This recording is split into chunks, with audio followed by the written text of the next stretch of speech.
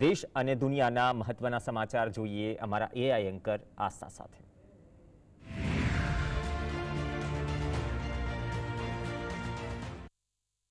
નમસ્કાર, હું છું આસ્થા। આજની મહત્વની ખબરો પર નજર કરીએ। અમાનવી રીતે અમેરિકાથી ભારતીયોને ડિપોર્ટ કરવામાં આવ્યો હોવાનો વિડીયો વાયરલ થયો છે। ભારતીયોના હાથમાં હથકડી અને પગમાં સાંકળ આ વિડીયોમાં જોવા મળી હતી। દેશમાં પણ જેવું વર્તન ન થાય તેવું વર્તન અમેરિકાથી પરત ફરેલા ભારતીયો સાથે કરવામાં આવ્યું।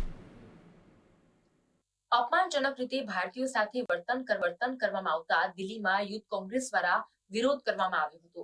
ભારતીયોના હાથમાં હથકડી અને પગમાં સાંકળ બાંધીને પરત લાવવામાં આવતા યુથ કોંગ્રેસ દ્વારા કેન્દ્ર સરકાર પર આ મુદ્દે વિરોધ પ્રદર્શન કરવામાં આવ્યું હતું। દિલ્હીમાં યુથ કોંગ્રેસ દ્વારા વિરોધ કરાતા કાર્યકર્તાઓની અટકાયત કરવામાં આવી। અમેરિકાથી ભારતીયોને પરત મોકલવાના મુદ્દે રાજ્યસભામાં વિદેશ મંત્રી દ્વારા જવાબ રજૂ કરવામાં આવ્યો હતો। તેમણે કહ્યું હતું કે આ મુદ્દો નવો નથી, આ મુદ્દો જૂનો છે, આવું પહેલા પણ બની ચૂક્યું છે। આ સાથે તેમણે કહ્યું કે અમે અધિકારીઓને સૂચના આપી છે કે જે પણ વ્યક્તિઓ પરત ફર્યા છે તેમની સાથે બેસીને વાતચીત થાય અને પૂછપરછ કરવામાં આવે કે તેઓ અમેરિકા કેવી રીતે ગયા હતા, એજન્ટ કોણ હતું અને કઈ સાવચેતી રાખી શકીએ જેથી આવી પ્રવૃત્તિ બંધ થાય। રાજ્યસભામાં વિદેશ મંત્રીના નિવેદન બાદ રણદીપ સુરજેવાલા અને સંજય સિંહ દ્વારા સવાલ કરવામાં આવ્યા હતા। રણદીપ સુરજેવાલાએ કહ્યું હતું કે શું સરકારને ખબર હતી કે ભારતીયોને આવી રીતે પરત મોકલવામાં આવશે? આ સાથે સંજય સિંહે કહ્યું કે શરમજનક રીતે વિમાન મારફતે ભારતીયોને પરત મોકલવામાં આવ્યા, આ અંગે સરકારને ખબર પણ ન પડી। ઉત્તર પ્રદેશની મિલ્કીપુરની પેટા ચૂંટણીમાં અનેક જગ્યાએ મતદાનને લઈને ફરિયાદો ઉઠી હતી।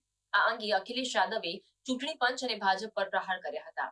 અખિલેશ યાદવે સફેદ કફનનું કપડું આપીને વિરોધ નોંધાવ્યો। જમ્મુ કાશ્મીરના રાજૌરીમાં રહસ્યમય બીમારીના કારણે ક્વોરન્ટાઇનમાં રહેલા લોકોએ વિરોધ કર્યો હતો। જમ્મુ કાશ્મીરના રાજૌરીમાં રહસ્યમય બીમારીના કારણે 17 લોકોના મોત થયા છે, જેના કારણે તેમના પરિવારને ક્વોરન્ટાઇન કરવામાં આવ્યા છે, પરંતુ આ પરિવારોને કોઈ જ સુવિધા આપવામાં આવી ન હોવાના કારણે તેમને વિરોધ નોંધાવ્યો। બાંગ્લાદેશમાં આવામી લીગ દ્વારા ઢાકા સહિત અનેક શહેરોમાં હિંસા ફરી શરૂ થઈ છે।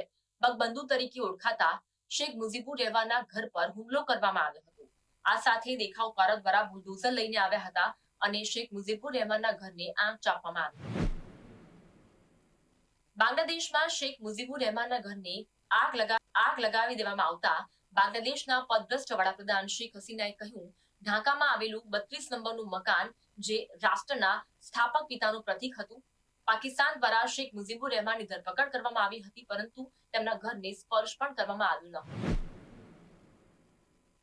આભાર।